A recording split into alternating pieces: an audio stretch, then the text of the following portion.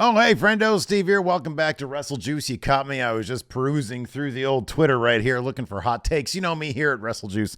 I love the hot takes. And I saw a graphic the other day. In fact, I'll show you right now is this one here. That got me thinking, man, I need to do a video because this graphic is so juicy. And the comments I saw below it were even juicier.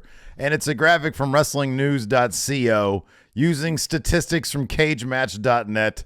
Using photos from WWE, I'm just looking at the thing, of Roman Reigns and Hulk Hogan and the number of title defenses they had during their epic title reigns. Of course, Hulk Hogan began his reign at the beginning of 1984, concluded at the beginning of 1988. He lost it to Andre the Giant, then it went through a bunch of places. Then he got it back for a year, and then he lost it again. Then he got it back for like 250 days, and he lost it. But that first one, that first reign, that maybe, just maybe, Roman Reigns is going to try and break is at 1,474 days, I want to say. Something like that. 1,000, I had it up here. 1,474 days. Okay? And in that time, according to this graphic, and I have no reason to doubt this graphic, in that time, he defended that title. How many? 468 times. Yeah, I got that right. 1,474. 468 times. Now, Roman Reigns, whose current reign stands at 1,163 days, I think, or 64 days, whenever you're watching this, or 65 days, or say, I don't know what it is. It's over 1,100 days. Roman Reigns has been champion, and he's defended the thing all of 54 times. And of course, I look through the comments, the replies, if you will, the quote tweets or quote posts, whatever they're called now, on that app, that cesspool app. And they were like, oh, this is why Hulk Hogan's a better champion than Roman Reigns. This is why Hulk Hogan's the GOAT. This is why Roman Reigns is a crap champion. He's so boring. He's never there. That's what all these people were saying. And of course, this speaks to a question of quality versus quantity. So I thought it'd be fun today on Wrestle Juice to take a look at this CageMatch.net. I use that all the time, actually, when I go through and I look for matches, just because sometimes it's fun to go through various wrestling black holes, if you will, on the internet. So we're going to go to Cage Match, and we're going to take a look at the title defenses of both these men. We're going to scour their matches and see what stands out as a matter of quality versus the overwhelming quantity of Hulk Hogan. Look, by the way, this is neither here nor there, but look at Hulk Hogan's face in this graphic. Why is it every time I post a picture of Hulk Hogan, a different picture, he looks like a completely different human being? Look at his face. He doesn't look like he normally does. This is like the seventh person, I swear, that portrayed Hulk Hogan. Vince McMahon just got a bunch of balding meatheads with various faces and gave him the same mustache hair combo. Look at the guy. He doesn't even look like Hulk Hogan. It's weird. His face is always changing. I wonder why. Anyways. So yeah, we're going to go ahead and see if we can definitively tell which title reign was better as of now. Anyways, Roman Reigns' 54 title defenses of Hulk Hogan, 468. For you math wizards out there, Hulk Hogan at 468 title defenses, 1,474 days. He was defending the title basically once every 3.5 days. So it's like twice a week for the span of 4 years he was defending the title. Roman Reigns, I was actually kind of surprised because I think he loaded up early on in his reign, title defenses. He's at 54 now, I guess. I think that's during this reign. I don't know, probably. Which would mean he's defending it on average once every 21 days, which I'll be honest does not sound right. Maybe, I don't know, maybe is this going back all the way to his very first WWE title reign? I don't know. We're going to take a look on Cage Match. We're going to see. All right, first up, when I look at CageMatch.net, what stands out to me is that Hulk Hogan was only in WWF for 3 matches before he won the title off of the Iron Sheik. I know he had a previous run in WWF. I kind of don't count that. He did AWA, and then he did a lot of New Japan. He was doing a lot of New Japan during the early 80s here. But if you take a look, once Vince McMahon sort of ripped him from the clutches of Vern Gagne once he showed up in WWF for what became his definitive run, it was not very long before Hulk Hogan won that title. If you take a look here, he had 2 singles matches, 1 a 3-minute match. It had to have been kind of a squash match against Bill Dixon. Maybe that wasn't a squash, but if that wasn't, this Gilbert Guerrero match sure was. That was 1 minute and 7 seconds. So there was also a tag match with Bob Backlund where he beat Mr. Fuji and Tiger Chung Lee. Doesn't say how long that match was. In any event, Bob Backlund, maybe that was the match where Bob Backlund was like, I don't want to drop the title. No, Bob had already lost the title at that point. Anyways, so yeah, it wasn't long after. It was about 20 days after that tag match that Vince was like, God damn it, pal. We're putting the title on you. So Hogan beat the Iron Sheik. Of course, we all remember that classic moment. Iron Sheik had an erection, if I'm not mistaken, during that match. 5 minutes and 40 seconds, that match. Then he hightailed it right back to Japan. He was like, I'm out of here, brother. But less than a month later, he was back in the WWF for a Texas death match against the Iron Sheik. What? That actually sounds kind of cool. But let's take a look at his actual, because look, you can see right here immediately every single match of his, and he would go like, look at this. February 18th, February 20th, February 24th, February 25th. March 2nd, March 3rd, March 4th, March 5th. This dude was ready to be champion, and he was defending this title all the time. Let's see the various names he was defending against, quite a bit against the Iron Sheik, Big John Studd, Paul Orndorff, a lot of DQ finishes as well. David Schultz, Big John Studd, more Iron Sheik, more David Schultz, Afa, Sika, more Orndorff, more David Schultz, more Orndorff, Greg Valentine. So this guy was like, by the time summer came around, he had already basically matched what Roman Reigns has done in 1,100 days. But you got to ask yourself, like, look at this, double count out, DQ. The vast majority of these matches seem to be, at least early on, not the David Schultz matches. So it looks like there was a string of DQs, but yeah, a lot of these are just straight up wins from the Hulkster brother. He goes back to Japan, of course. Let's see here. Let's go back to the WWF. So, I mean, there's like sort of a rotating cast of like 4 guys. Orndorff, Big John Studd, David Schultz, Iron Sheik earlier on, and then you sprinkle in a couple other ones that were all working with Hulk Hogan. I kind of wonder why there was such a wide variety, or not wide variety, but like this wasn't exact. I mean, look, this is all in the same month here. In the same month of July, how many different people did he beat? Big John Studd, Orndorff. Let's see here. Oh, wow, look at this. Paul Orndorff defeats Hogan by DQ. George Animal Steel, Greg Valentine. So there's 4 different opponents in the month of July alone. I mean, look, the sentiment of it was a different era totally applies. Here we go. We're on to a new cast of characters. Brutus Beefcake, Roddy Piper, Jesse Ventura, Don Morocco, Ken Patera, Jesse Ventura. So yeah, Orndorff is always in the mix here. We're coming up on WrestleMania season here.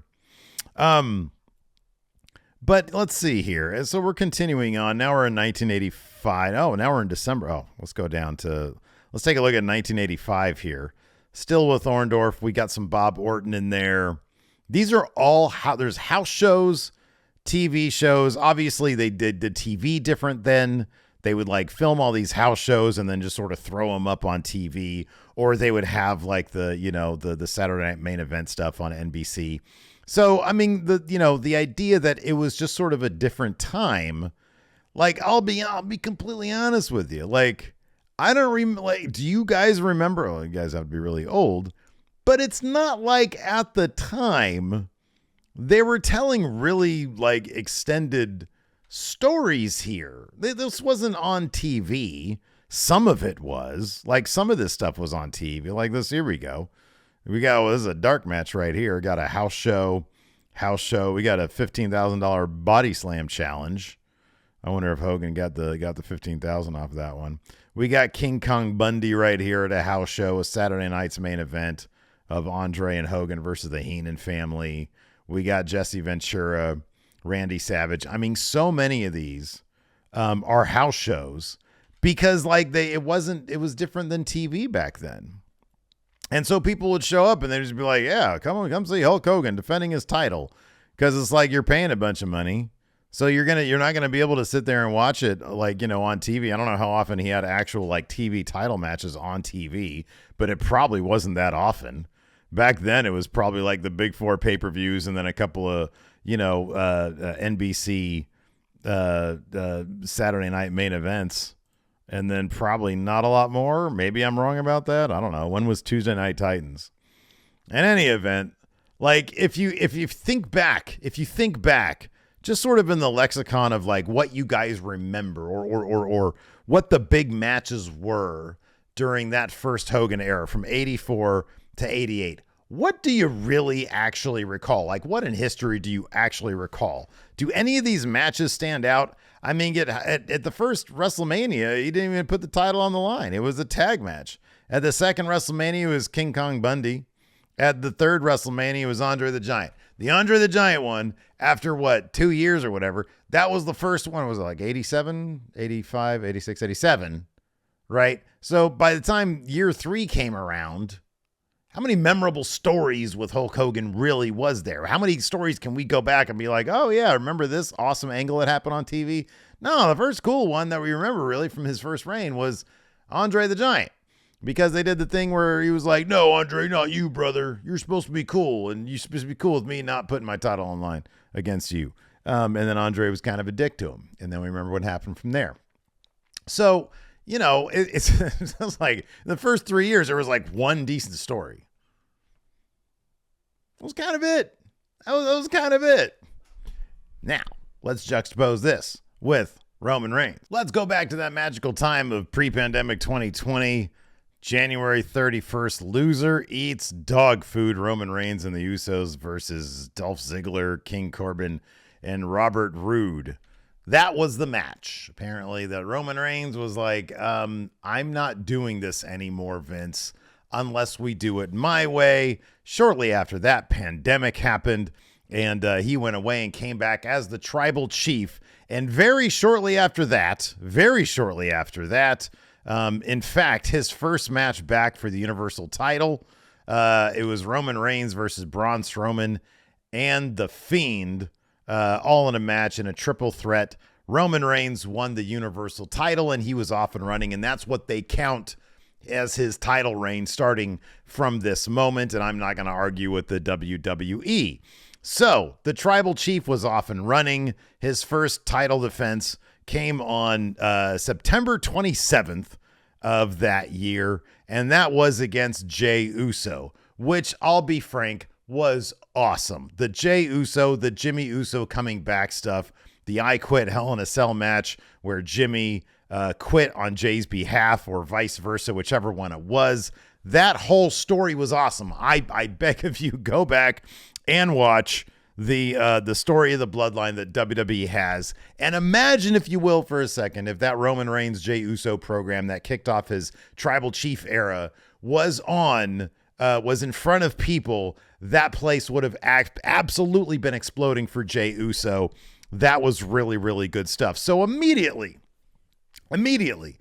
Roman Reigns didn't take 3 years to start a program with somebody, Andre the Giant. He immediately, after he got that title, began a program with the bloodline, putting them under his thumb and keeping him there for a couple years. After that, we had Roman Reigns versus Kevin Owens. They had a whole series lasting several months. Again, that was awesome. There was a lot of really cool stuff going on there. I like that story a lot. He moved on. What is this? The Universal title match, Roman Reigns. Oh, man, who could forget? Elimination Chamber, Roman Reigns versus Daniel Bryan. We had that Elimination Chamber, and then Fastlane with Edge as a special enforcer. We had WrestleMania, where Roman Reigns stack Daniel Bryan and Edge. Keep in mind, we're less than a year into his reign, and we've already had several classic matches under his belt with really cool stories to go along with it. Of course, Edge deciding, who do I want to fight? Do I want to go to NXT? Do I want to go to Raw? Do I want to go to SmackDown? What do I want to do? He chose Roman Reigns, and then Daniel Bryan sort of squirreled his way into the match because Vince was not convinced that Edge was the appropriate choice for WrestleMania, and Roman Reigns did what he said he was going to do. He stacked 2 Hall of Famers in keeping his Universal title.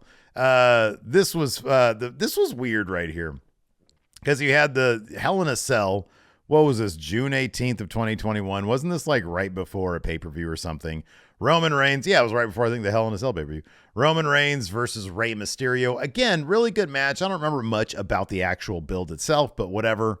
After that, Roman Reigns beat Edge. I don't even know why Edge had a shot in this at this point because he had been stacked earlier against Daniel Bryan, but I vaguely remember that match. But again, they probably had a cool story going into it. August of 2021, SummerSlam, Roman Reigns defeated the greatest of all time, John Cena. I wasn't a fan of this story because John Cena was just insistent on telling Roman Reigns he could beat him with a roll-up. That didn't happen. But still, it was John Cena, so that's kind of a big deal. Here we go. Roman Reigns versus Finn Balor, probably the low point of the Universal title reign because this is when Finn Balor, no, this was not the one. This was a different one because later on he took on Finn Balor. I want to say it was either at TLC or I don't know what it was. And Finn Balor ended up breaking when he was the Fiend, no, not the Fiend, the Demon. He ended up breaking the top turnbuckle. It was really stupid. So you had Finn Balor there. Let's see here. So at this point, if you've noticed, like there were a bunch of Universal title matches there. Now they're starting to thin out a little bit. You get this Extreme Rules match. That's the one with Finn Balor falling off the thing. That was really bad. At that point, let's see here. Another Universal title match. Roman Reigns versus Brock Lesnar at Crown Jewel. Roman Reigns beat him there. I remember his program with the New Day with King Woods. I thought that was really good stuff. He had Survivor Series, Roman Reigns defeating Big E. That was kind of messed up because Big E was WWE champion, and this is a 21-minute match. Roman Reigns just didn't have any problems. This was like one of the only matches where he didn't need bloodline interference to help with Big E.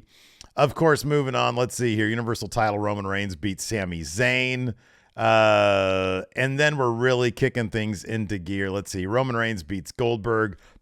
Who cares about that shit? A couple more Universal title matches here. Now we're on the road to WrestleMania. Roman Reigns beating Drew McIntyre and Seth Rollins.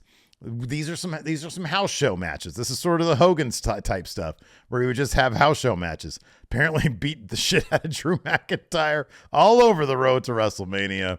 And then in unification winner takes all, Roman Reigns beats Brock Lesnar, beats Drew McIntyre, a bunch more house shows, a lot more house shows. Roman Reigns is beating the living shit out of Drew McIntyre all over the place.